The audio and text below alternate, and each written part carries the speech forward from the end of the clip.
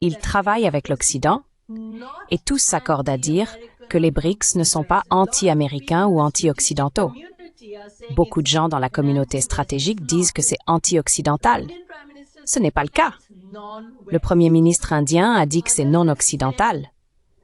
D'autres ont dit que c'est juste, vous savez, l'Occident fait aussi partie de la multipolarité s'ils acceptent d'abandonner l'unipolarité. Vous savez, vous n'avez pas un monde sans l'Occident. Nous aimerions être avec l'Occident, mais nous ne croyons pas au même type de hiérarchie que l'Occident. Et nous n'avons pas le même universalisme. Chacun de ces pays a ses propres, ils les appellent des États civilisationnels, ce qui signifie qu'ils ont leur propre philosophie.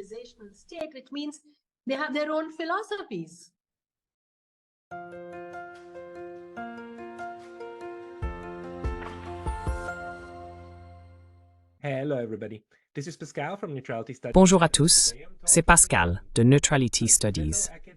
Aujourd'hui, je parle à nouveau avec une collègue universitaire d'Inde, la professeure Anuradha Chenoy, qui est spécialiste des affaires internationales et a travaillé pendant des décennies, notamment sur la Russie, la sécurité humaine, le commerce des armes et la consolidation de la paix. Aujourd'hui, nous voulons discuter d'un de ces articles, qui sortira le 30 novembre, intitulé « Le plan des BRICS pour une nouvelle architecture financière », dans lequel Anu discute de la manière dont le système économique des BRICS sera ou pourrait être mis en place selon ses recherches. Anu, bienvenue à nouveau sur la chaîne. Merci de m'inviter, je suis profondément honorée. Eh bien, je suis très heureux de vous parler à nouveau car cet article n'est pas encore sorti. Mais d'ici à ce que cette discussion soit publiée, il sera assez proche, je suppose.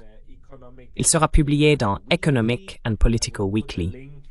Je mettrai un lien vers celui-ci dans la description dès qu'il sera disponible. Mais pouvez-vous nous dire, d'après vos recherches, qu'avez-vous réussi à découvrir sur la mise en place de cette architecture financière sur laquelle les BRICS travaillent actuellement?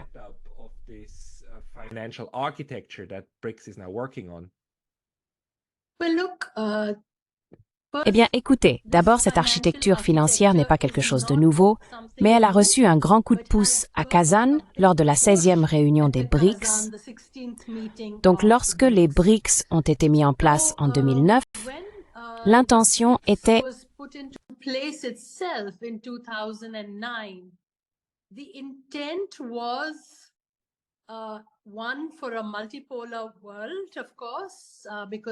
un pour un monde multipolaire, bien sûr, parce qu'ils estimaient que c'était irréversible et ils voulaient continuer à le construire. Tous les membres des BRICS sont engagés dans cette multipolarité, mais ils pensaient que la véritable base de la multipolarité serait des systèmes financiers différents de ceux qui prévalent actuellement. Rappelez-vous que une des demandes et une des raisons pour les BRICS se sont constitués en groupe était que ces 5 pays étaient en tête parmi les pays hors Occident qui demandaient plus de voix dans les systèmes de Bretton Woods, ce qui leur avait été refusé. Ainsi, le FMI, la Banque mondiale et l'OMC sont en quelque sorte biaisés contre les pays, en particulier ceux du Sud global.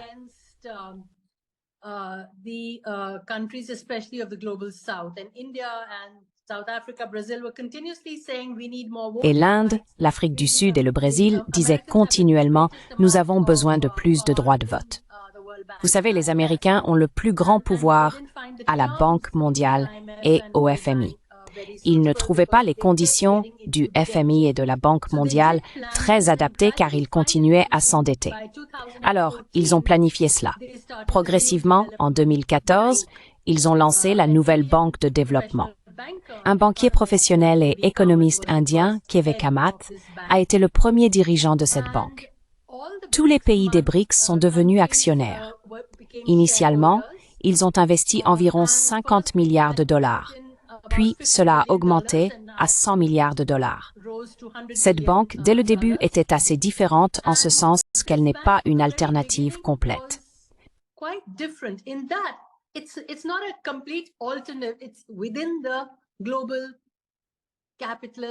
C'est dans le cadre global du système économique capitaliste, mais il fonctionne d'une manière différente. Maintenant, en quoi est-il différent de la Banque mondiale? Le deuxième point que je veux souligner est qu'avec la création de cette banque et la conceptualisation d'une structure financière alternative, ces pays ont commencé à commercer bilatéralement dans leur monnaie nationale locale. Et cela a progressé très rapidement. La raison en est, d'une part, que la forme dominante du commerce était auparavant en dollars. Donc, quiconque voulait acheter du pétrole, surtout à cause des pétrodollars, ce que les États-Unis ont signé avec les Saoudiens en 1975, etc., c'est-à-dire que tout le pétrole serait vendu uniquement en dollars.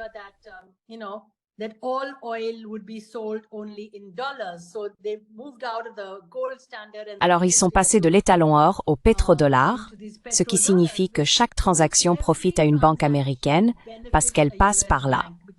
Nous finissons par payer doublement, une fois pour acheter et une fois pour reconvertir en, disons, roupies ou yuan ou autre.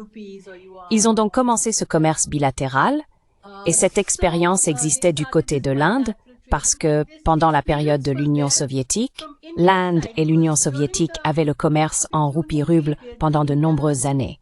Mais cela s'est terminé avec l'effondrement de l'Union soviétique. Vous savez, nous n'avons pas pu trouver un bon moyen.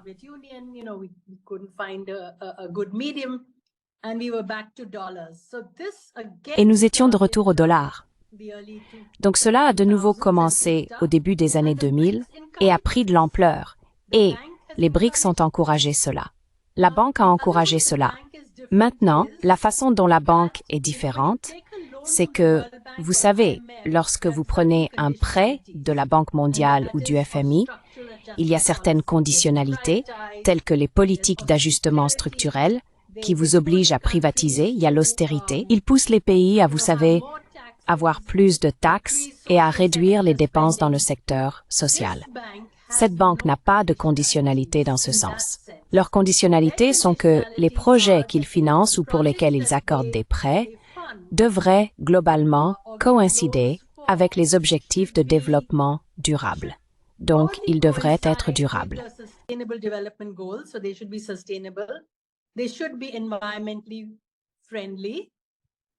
Ils devraient être respectueux de l'environnement, car beaucoup des prêts qu'ils ont accordés concernent des technologies vertes. Et troisièmement, ils devraient soutenir des objectifs socialement inclusifs et liés au genre. Ainsi, leurs conditions ne sont pas que vous changiez votre structure économique, privatisiez, etc. Ils n'ont pas ces conditions, ce qui convient aux pays les moins développés. L'autre manière est que ces projets sont en quelque sorte poussés par les pays qui les souhaitent, donc ils ne sont pas imposés, ils sont organiques. Et 30% des projets sont en monnaie locale, en monnaie nationale à nouveau. Donc encore une fois, ils contournent en quelque sorte partiellement le dollar. Mais bien sûr, ça signifie que 60% sont toujours en dollars.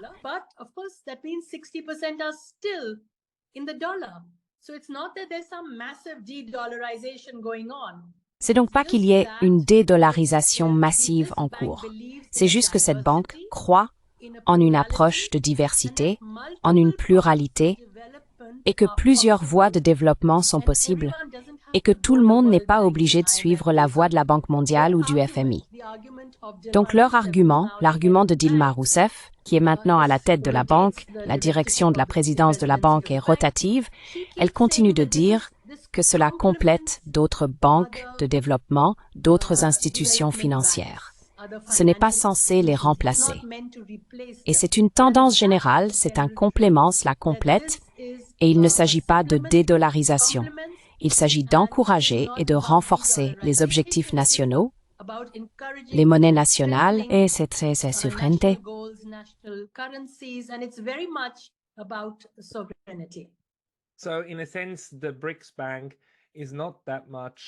Donc, en un sens, la Banque des BRICS n'est pas tant une partie de la nouvelle architecture financière qu'une voie alternative pour le développement des infrastructures dans les pays, n'est-ce pas? C'est l'un des nombreux prêteurs possibles pour fournir des fonds afin de réaliser certains projets. Mais dans quel sens cette banque s'intègre-t-elle alors dans les plans qui sont formulés ou qui ont émergé? Notamment de la réunion de Kazan en Russie en octobre, il y a un mois. Parce qu'il y a des plans pour de nouvelles façons de commercer et pour augmenter l'utilisation des monnaies nationales, ainsi que pour un système de compensation. Je pense que l'Inde et la Russie ont en fait commencé à reconnaître ou ont commencé à avoir un système pour utiliser des cartes de crédit pour les utilisateurs finaux et les consommateurs, n'est-ce pas? Ainsi, les cartes de crédit indiennes peuvent être acceptées en Russie et les terminaux russes peuvent les traiter et les terminaux indiens peuvent traiter la carte Mir de la Russie. C'est un peu un flux séparé de ce développement d'infrastructures, n'est-ce pas?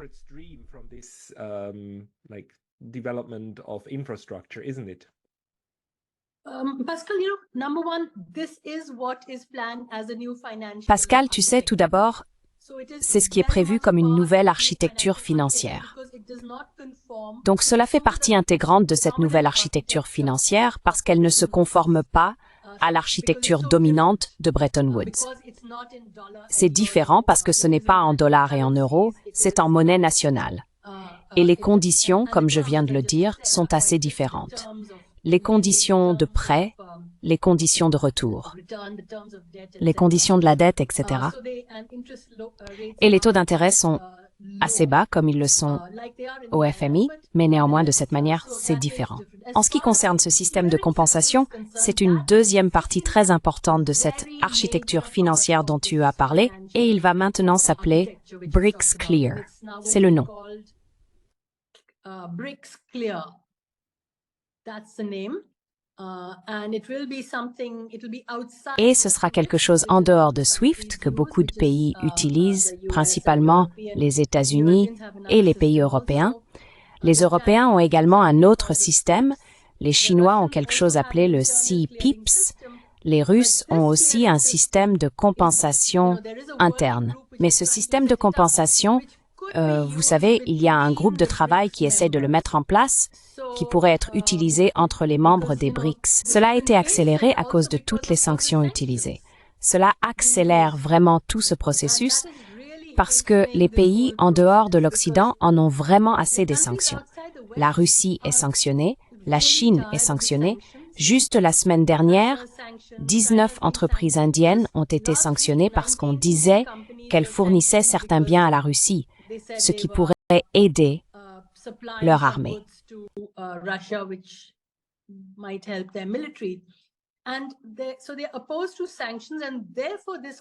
Et donc, ils s'opposent aux sanctions.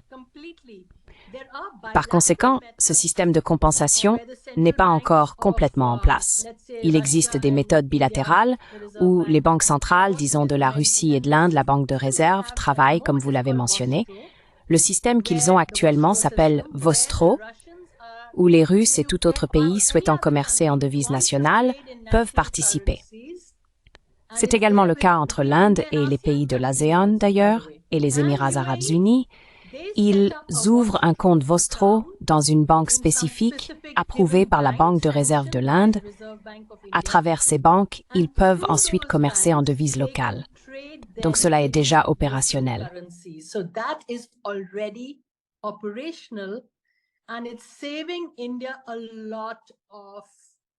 Et cela permet à l'Inde d'économiser beaucoup de réserves de change, tout comme pour ces pays. De plus en plus de pays optent désormais pour cela. L'Afrique développe un système de messagerie panafricain et la Chine, l'Inde et la Russie apportent leur aide. Ils ont tellement de réunions. Par exemple, avant la conférence de Kazan, il y avait 400 réunions. Lors de ces réunions, ils obtiennent des idées sur la manière de procéder et cela est également lié à la monnaie numérique.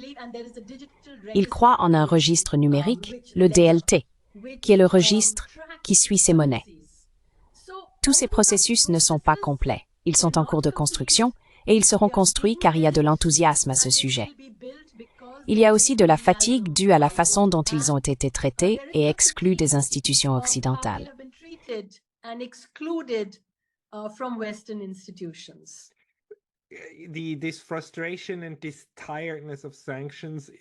Cette frustration et cette lassitude face aux sanctions sont des moteurs très clairs.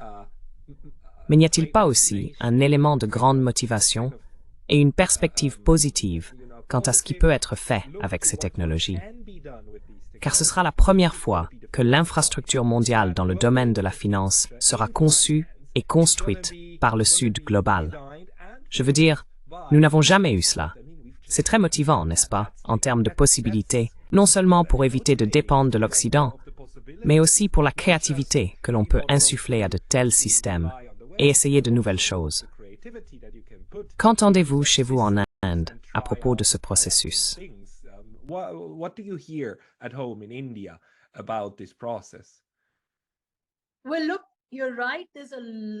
Eh bien, écoutez, vous avez raison. Il y a beaucoup de soutien et d'enthousiasme à ce sujet et aucune pression, car cette pression vient de l'Occident. Vous savez, l'Inde aime aussi avoir des alliances stratégiques avec l'Occident, avec les États-Unis.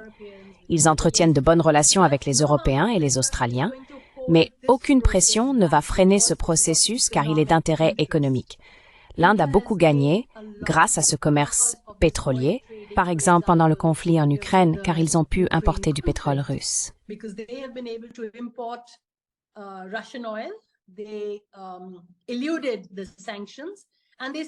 Ils ont contourné les sanctions et ils vendent ce pétrole à l'Europe.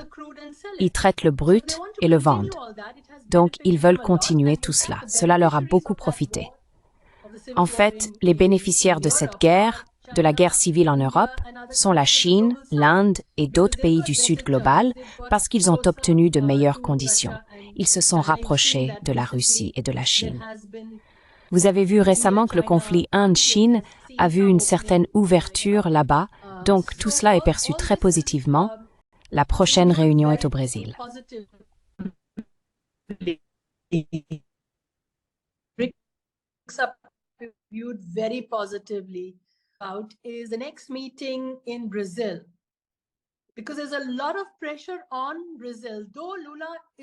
Parce qu'il y a beaucoup de pression sur le Brésil, bien que Lula soit très proche du président Poutine.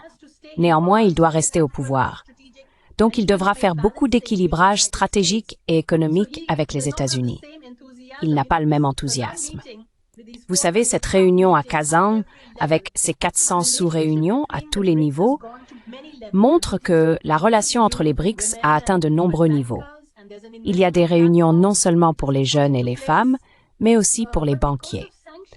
Une plateforme d'investissement a été mise en place. Cependant, en raison des sanctions, elle est encore freinée et ils sont très prudents. L'institutionnalisation progressive au sein des BRICS ne concerne que le volet financier, pas le volet sécuritaire. Ils ne veulent aucune alliance militaire ou stratégique entre eux. Chacun d'eux a des intérêts stratégiques très distincts. Par exemple, la Russie n'est pas en paix avec l'Occident.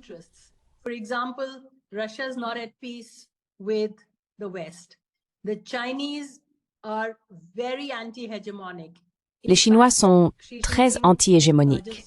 En fait, Xi Jinping a déclaré il y a peu que l'unipolarité et l'unilatéralisme sont de l'intimidation unilatérale. Mais l'Inde dit qu'elle travaille avec l'Occident. Et tous s'accordent à dire que les BRICS ne sont pas anti-américains ou anti-occidentaux. Beaucoup de gens dans la communauté stratégique disent que c'est anti-occidental. Ce n'est pas le cas. Le Premier ministre indien a dit que c'est non-occidental. D'autres ont dit que c'est juste. Vous savez, l'Occident fait aussi partie de la multipolarité s'ils acceptent d'abandonner l'unipolarité. Vous savez, vous n'avez pas un monde sans l'Occident. Nous aimerions être avec l'Occident, mais nous ne croyons pas au même type de hiérarchie que l'Occident. Et nous n'avons pas le même universalisme. Chacun de ces pays a ses propres, ils les appellent des États civilisationnels, ce qui signifie qu'ils ont leur propre philosophie, vous savez, qui sont différentes.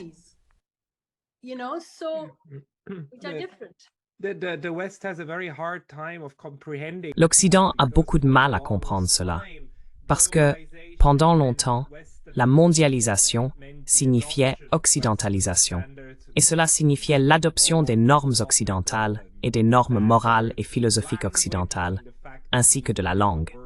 Je veux dire, le fait que nous deux conversons en anglais n'a rien à voir avec la beauté de la langue anglaise, et tout à voir avec les personnes qui utilisaient cette langue et l'ont ensuite imposée aux autres. Bien que ce soit différent pour un Suisse que pour un Indien, bien sûr. Mais c'est nouveau que vous ayez maintenant ce pouvoir de faire quelque chose de différent. Et le secteur financier est très intéressant, parce que cela n'aurait pas été possible auparavant.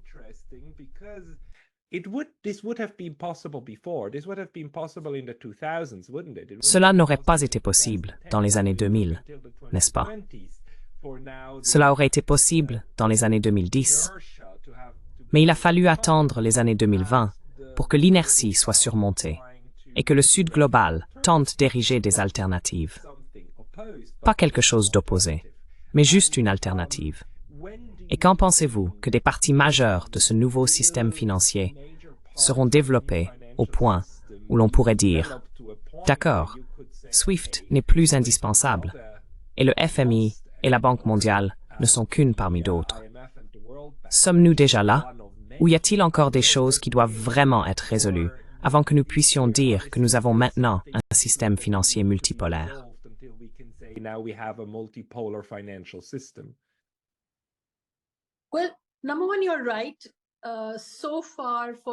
Eh bien, tout d'abord, vous avez raison. Jusqu'à présent, pendant près de 500 ans, c'était un monde tellement eurocentrique. Tout provenait du prisme, du paradigme et de l'épistémologie européen et bien sûr occidentaux. Et je ne dis pas que nous n'en sommes pas bénéficiaires, nous en sommes de grands bénéficiaires, mais c'était à double tranchant. Il y avait l'avantage de la langue, de la culture, des idées et de l'éducation, mais il y avait aussi le colonialisme, le néocolonialisme et l'extraction, et la tentative de lier les systèmes économiques du Sud global à celui de l'Occident. Par exemple, si vous regardez le Niger et la France, même aujourd'hui, ils fournissent 70% de l'uranium qui donne de l'électricité à la France, mais le Niger lui-même a 70% de sa population sans électricité.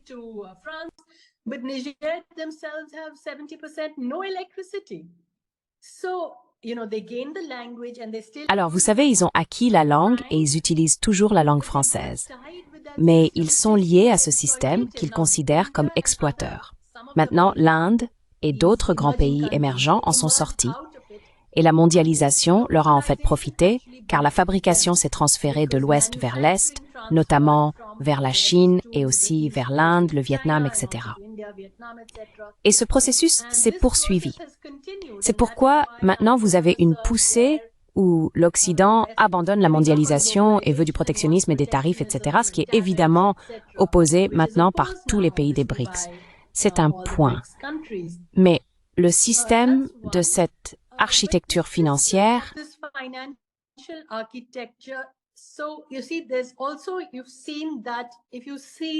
donc vous voyez cela aussi.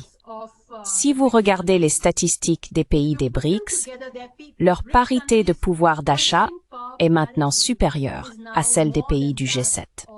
Bien sûr, la parité de pouvoir d'achat n'est qu'un indicateur. Ce n'est pas tout. Les États-Unis sont toujours une économie de 37 trillions de dollars, mais la Chine est à 13 trillions de dollars et l'Inde est entre 3 et 4 trillions. Ainsi, en se regroupant, leur argument est qu'ils contribuent désormais beaucoup à l'économie mondiale et devraient avoir un plus grand mot à dire, ce qui leur est encore refusé. Par conséquent, ils développent ces structures financières qui s'avèrent bénéfiques, bien qu'elles ne soient pas complètes.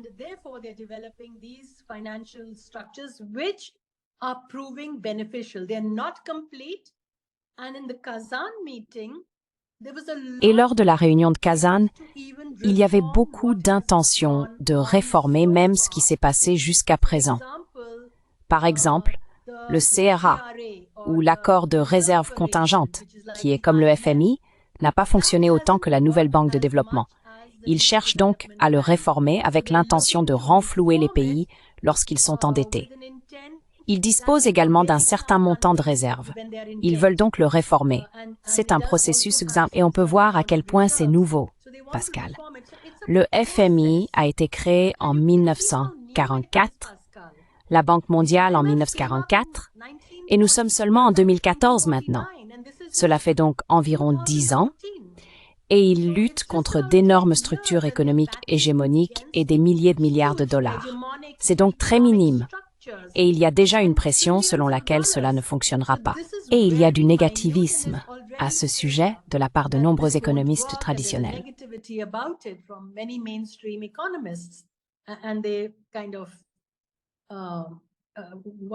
Et ils ont en quelque sorte, bien que Trump ait dit que si un pays essayait de poursuivre la dédollarisation, il le sanctionnerait sévèrement.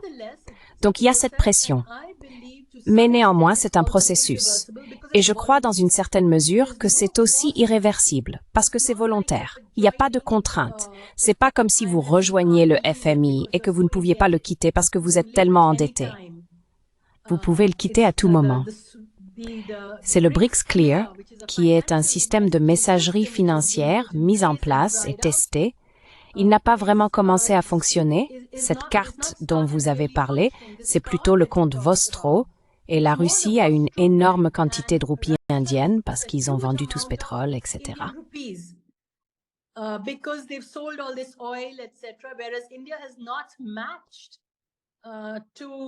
Alors que l'Inde n'a pas égalé les exportations vers la Russie en raison de sa dépendance à l'égard de la Russie pour l'équipement de défense et le pétrole. Mais ils élaborent un système selon lequel, dans les prochaines années, vous verrez les Russes pouvoir investir dans les infrastructures indiennes. Ils utiliseront donc cette roupie pour des investissements ici et ailleurs. C'est ce qu'ils mettent en place. Cette carte MIR dont vous avez parlé n'est pas encore entrée en jeu. C'est une expérience, mais à cause des sanctions, cela reste un problème. L'Inde ne veut pas faire face à ces sanctions secondaires si elle commence à utiliser le MIR. Il y a donc beaucoup de problèmes et d'obstacles à cause des sanctions et d'autres choses.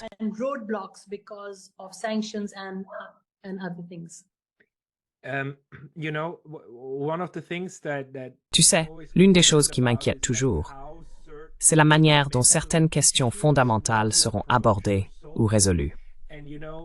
Le dollar américain, en tant que monnaie de réserve mondiale, bien sûr, offre de nombreux avantages aux États-Unis. Nous comprenons cela. Mais d'un autre côté, la raison pour laquelle ce système a fonctionné si longtemps, c'est parce qu'il y a aussi certains avantages vraiment intéressants pour les États utilisateurs. Un très grand avantage est bien sûr qu'avec des dollars américains, tu peux acheter des choses sur le marché américain, mais tu peux aussi acheter des choses sur d'autres marchés, n'est-ce pas? Tu peux l'utiliser comme une monnaie mondiale pour que la Suisse achète du pétrole aux Saoudiens, pour que les Suisses achètent de la vodka aux Russes, du moins jusqu'en 2022, ou pour acheter du thé en Inde. Tu sais, tout cela, les gens l'accepteraient.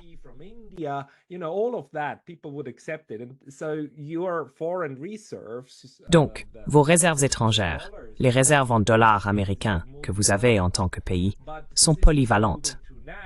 Mais le système vers lequel nous nous dirigeons maintenant crée le problème que les Russes vendent du pétrole. Les Indiens les paient en roupies. Et que faites-vous des roupies? Vous faites cela avec chaque pays, et soudain, vous avez toutes ces différentes réserves. Vous les utilisez soit dans le pays, soit elles restent inactives. Et vous devez trouver des mécanismes d'investissement. Pensez-vous que les BRICS travaillent sur un moyen de résoudre cela, afin que ces réserves puissent être échangées d'une manière ou d'une autre, que vous ayez un échange de devises sans impacter le taux entre elles, ce qui dévaluerait l'une ou l'autre monnaie, ce qui serait un autre problème? Comment voyez-vous cette question monétaire être abordée?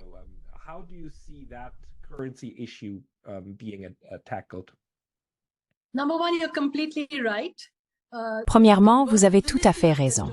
Cette convertibilité du dollar est incroyablement utile et il n'y a pas encore de remplacement pour cela. Elle est utilisée par les banques et les particuliers et aucune autre monnaie n'a le même type de convertibilité. Donc, globalement, la monnaie utilisée dans le monde est encore à 80% le dollar et ensuite, peut-être 16% l'euro.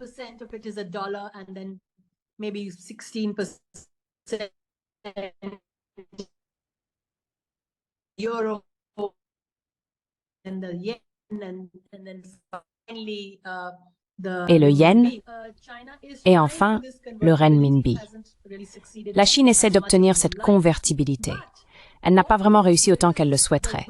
Mais la façon dont les devises sont évaluées passe par ce panier de devises où la valeur est fixée. Et cela fait partie intégrante du système mondial. La valeur d'échange de, disons, la roupie est encore liée au dollar ou à l'euro et à combien elle est évaluée. Mais ce qu'il croit, c'est que ce problème peut être résolu par une monnaie numérique qui serait fixée. Cependant, ça n'a pas encore été entièrement élaboré. Il pense toujours que cela prendra encore quelques années. They still think it's going to take another couple of years, but meanwhile, it's easier. Mais en attendant, il est plus facile d'avoir cet échange de manière bilatérale.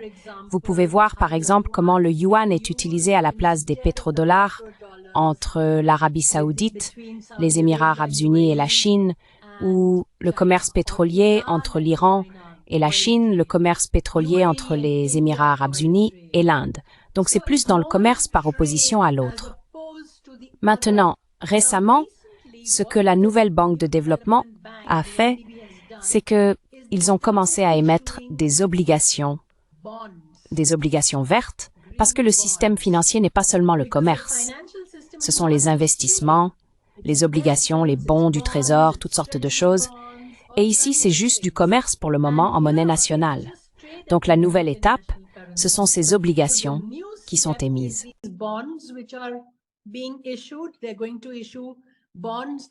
Ils vont émettre des obligations. Ils avaient déjà émis des obligations en juin, en réal brésilien et en rand sud-africain.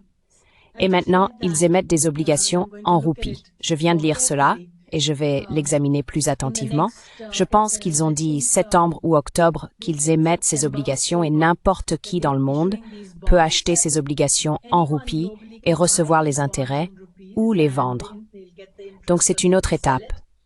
La configuration de l'investissement est une autre étape. Donc, très progressivement, il s'intègre dans toute l'architecture financière. Cela prendra beaucoup de temps, peut-être au moins 4 ou 5 ans, mais c'est certainement prévu.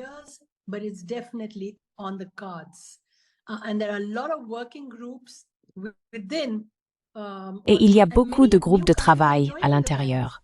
De nombreux nouveaux pays rejoignent la banque. Par exemple, le Bangladesh a rejoint la banque. Désormais, la nouvelle banque de développement a des succursales régionales. Il y a une succursale en Afrique du Sud, au Brésil, et une succursale à Ahmedabad, dans le Gujarat, en Inde. Ils ont ouvert des succursales dans ces pays. Le fait que 13 nouveaux pays aient rejoint en tant que partenaires des 5 originaux, puis des 9, signifie que tous souhaitent devenir actionnaires de la banque et de ses systèmes et en faire partie. Par conséquent, le fonds commun augmentera en conséquence.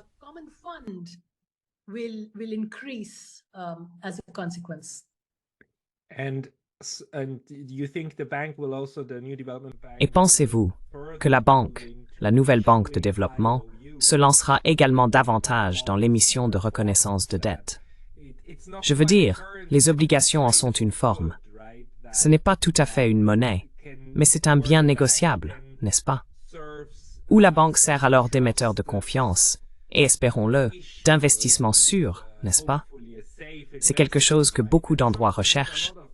Placer leur argent dans un investissement sûr, qui est ensuite à nouveau négociable sur les marchés. Pensez-vous que cela va augmenter? Verrons-nous plus de reconnaissance de dette émise par cette banque ou de nouvelles institutions financières par les BRICS?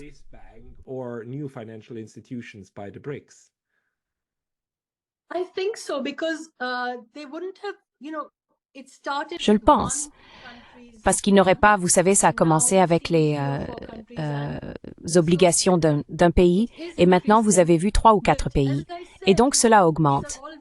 Mais comme je l'ai dit, vous savez, ce sont tous des pas très nouveaux, mais jusqu'à présent, ils ont fonctionné, et ils ont donné confiance aux devises de ces pays et à leurs systèmes économiques. Le prochain président de la nouvelle banque de développement sera un Russe.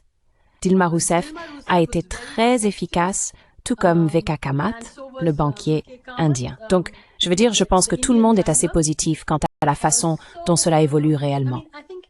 everyone's quite positive about the way it's actually moving.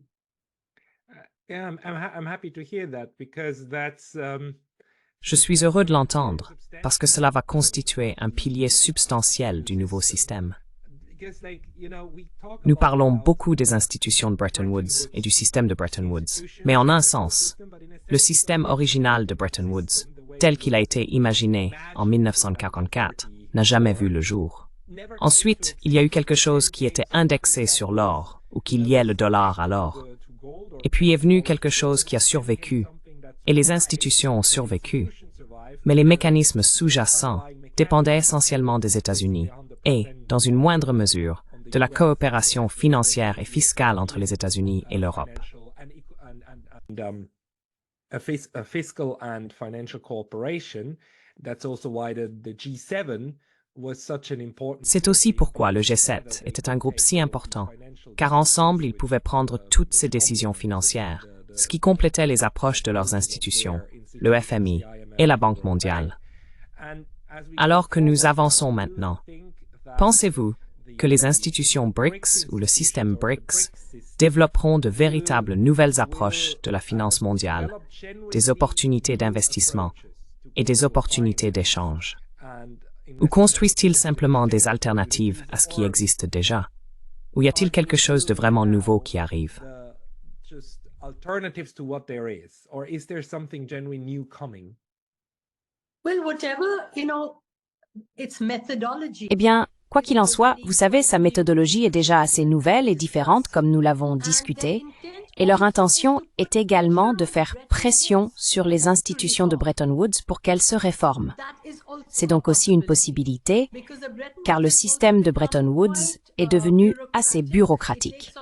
Il faut presque 3 ans à un pays pour obtenir un prêt de la Banque mondiale ou du FMI. Et ensuite, les pays sont de plus en plus endettés. Les mêmes pays, vous savez, rééchelonnent leurs prêts, ils sont incapables de rembourser, ils sont plus sérieusement endettés et ils tombent dans un piège de la dette à cause du type de conditionnalité.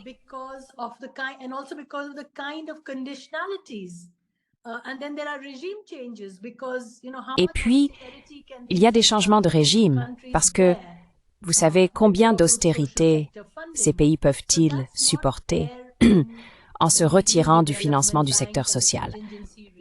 Donc cela n'existe pas dans la nouvelle banque de développement et l'accord de réserve de contingence de la structure des BRICS, et à mesure qu'ils deviennent plus populaires, peut-être que la Banque mondiale et le FMI pourraient également modifier leurs conditions de conditionnalité. Parce que leurs conditions d'austérité, vous savez, et maintenant elles sont aussi liées au climat, etc., ce que les BRICS rejettent en fait. Ils ne veulent pas de ce genre de conditionnalité. Ils ne pensent pas que les pays occidentaux soient ceux qui ont gagné.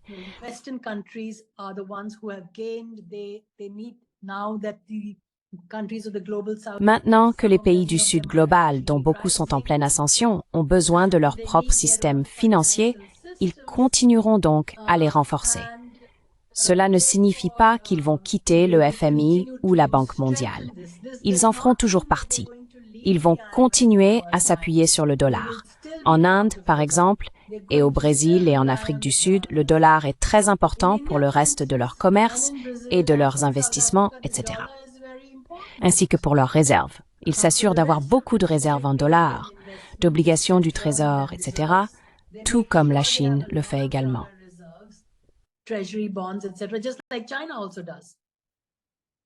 Oui. Et les Russes ne savaient pas. Après tout, ils ont investi 300 milliards de dollars dans leurs réserves stratégiques à Bruxelles. Donc, ils voient tous l'importance du dollar, mais ils estiment que l'inverse n'est pas vrai, que le dollar a maintenant été militarisé, qu'il peut être confisqué, et que votre or pourrait être confisqué. Il y a donc cette incertitude, et par conséquent, pour se couvrir contre cela, c'est une sorte de couverture économique et de couverture stratégique que vous avez, ces nouveaux systèmes financiers et cette architecture qui se développe. Et la nouvelle banque de développement y joue un rôle très central.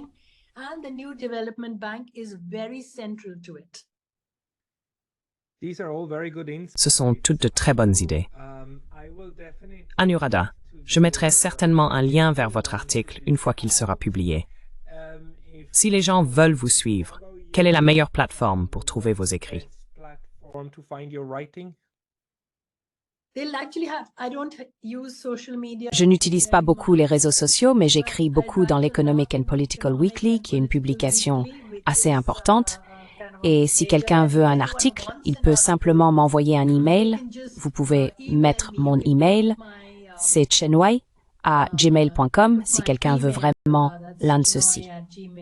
D'accord. If someone really wants any of these. Okay. I will definitely link to Je vais certainement mettre un lien vers cela et donner votre adresse email là-bas aussi.